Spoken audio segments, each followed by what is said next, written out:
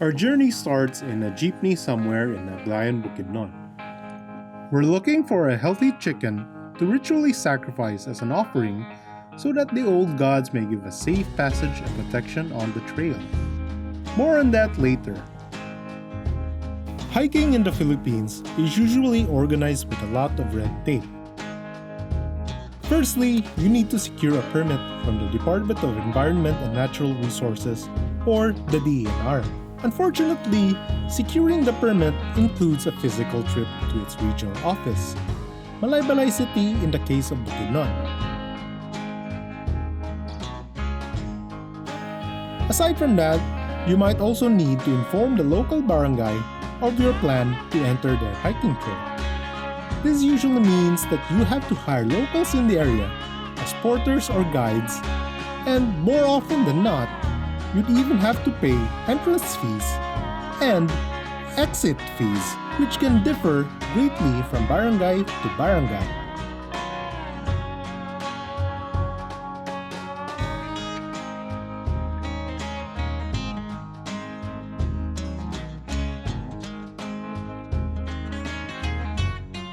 The jeepney takes us through remote barangays in rural Bukidnon. The route has scenic views of Bukidnon's mountain ranges. In the past, this route used to be natural landscape, but it has since been growing increasingly agricultural, especially since a large section of the road is now paved concrete.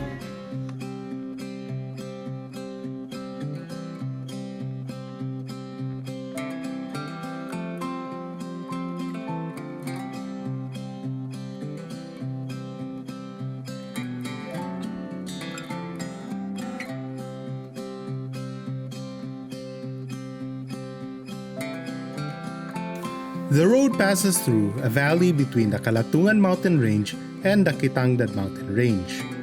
These two mountain ranges host three of the top 5 highest mountains in the Philippines: Mount Dulang-Dulang, Mount Kitanglad, and Mount Kalatungan. The mountain that we are going to climb in this trip is Mount Maagnaw. It's situated somewhere here. It is a less popular mountain trail that has only been recently opened for hiking. Both mountain ranges are designated as ancestral domain. This means they are technically owned by the various native Bukidnon tribes. One of these tribes are the Talandig. A good chunk of the valley is part of their territory. The local guides we've hired are from the Talandig tribe. They're traditionally animist but are slowly getting assimilated into the immigrant Bisaya Christian culture. They are one of the original native people of Bukidnon, and sadly, their culture and language is slowly dying as the Philippines becomes ever more progressive. In place of what was once the Talandig hunting territory, teeming with wild boar, are now filled with highways with jeepneys. I was actually very surprised when we got to Kibangay. I expected this to be a very remote sleeping little village. I grew up in Bukidnon, and historically, we are an extremely rural province. I didn't quite expect a booming town in the middle of the boondocks.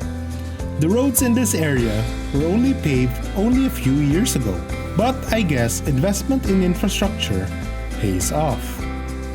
Barangay Kibangay is our jump-off point. You can rest here a bit and stock on supplies. Nothing beats a Jollibee breakfast. Oh, by the way, this is going to be the last time you're going to see this chicken. As soon as we're done with our final preparations, it's time to begin the trek. The trek starts off with us passing through agricultural farms. Unfortunately, the Philippines is a highly deforested country. Most of the 20% remaining forests we have are located in the mountains. The native Talandig believe in spirits in nature. The spirits of the mountains act as the guardians of the forest. However, with high demand for agriculture, I don't know how long can the mountains keep protecting themselves.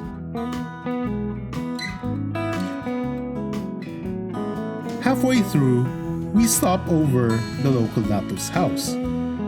We are already in Talandig ancestral domain. Trekking Mount Maagnaw requires the blessing and permission of the local Dato. The Dato is tasked to ask the spirits of the mountain to protect and guide us as we visit the trail. You have to remember that these people are not Bisaya. Their culture is different from either the Christian or the Muslim Filipino culture. Native coffee. No sugar, no cream. After the Dato's blessing and last-minute preparations, we're ready to trek. Of course, any dangerous trip always warrants a minute of prayer. We're Filipino after all.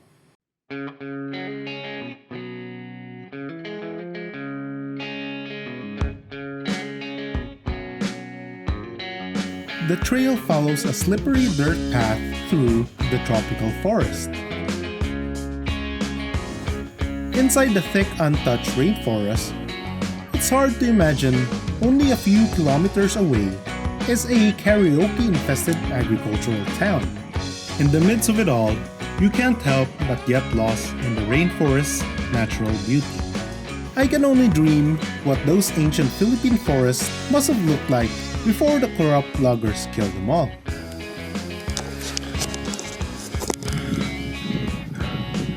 So the trail is getting mossier and foggier. I think we're already at a very high elevation.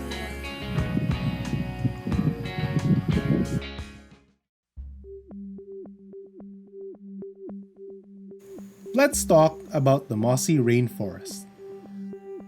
First of all, it's got a lot of moss. And more moss here. And moss, and moss. Basically, it's filled with moss. The good thing about being a mossy forest is that being mossy is just on the surface level. The rainforest is teeming with life. Strange plants, strange insects, and other small animals. It's got some orchids here and there. Basically, it supports a lot of organisms I am not qualified to identify, including this vagina-looking flower here. Life thrives in the rainforest. We need to protect them. It would be such a tragedy to lose them on our lifetimes. Actually, we're already at the peak of this mountain. I don't know what this mountain is. And we're now traversing the ridge. This is actually part of a ridge that we're going to traverse now to the Maagnaw, actual Maagnaw peak. As we slowly leave the dense forest, the terrain is increasingly dominated by cogon grass. From here on out, the trail forces us to pass through dense cogon grass infested mountain ridges.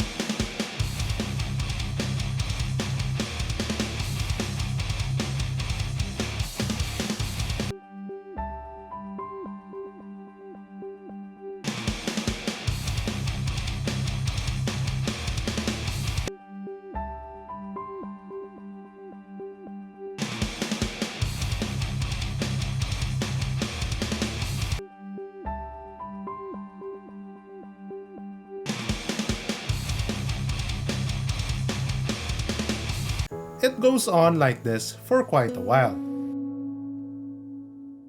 As we trek through the ridge, the trail alternates between ferocious 2-meter tall cogon grass to more pleasant cliffside views.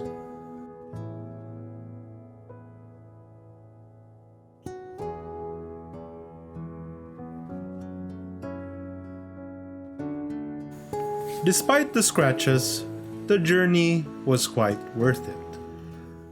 Unfortunately, the weather was not very good for photographs while we were on the peak.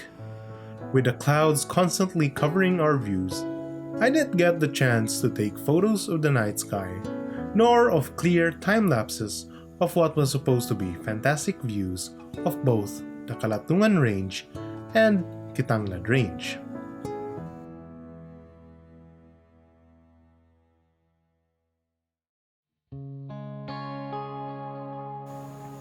As a substitute, I'm gonna show you guys what a Filipino camp looks like. It starts off with a smile. Smile pa more. What we have here are some hungry kids waiting for their meals to get cooked. So this is the kitchen. You'll find it common among experienced hikers to bring actual food instead of the usual canned garbage. Then you find the scene of the crime. It won't be Filipino without empty tanduay bottles lying around somewhere.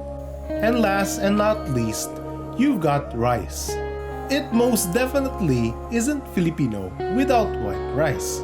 Lots of white rice.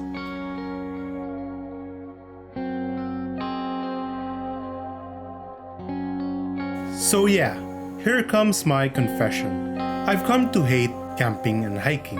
I've been camping and hiking for about 10 years now, and I gotta say, I'm done. They say it never gets old, but it does. I've come to a point in my life where the idea of waking up to awesome sunrises is no longer worth the hassle of shoveling through a foot in the ground just to take a dump. I've been to most of the mountain trails in the Philippines, especially the ones in Mindanao. To be honest, I feel like I've seen it all. I'm looking to start new adventures. Adventures that are less outdoorsy and a bit more urban. Over the years, the mountains had led me to great experiences and opportunities to meet wonderful people. I want those memories to remain a part of my life. This video is a chance for me to immortalize this part of my life. Interests and goals change as we grow older. I'm leaving the mountains behind, probably for good. But that wide-eyed 18-year-old kid still exists, only with different set of eyes.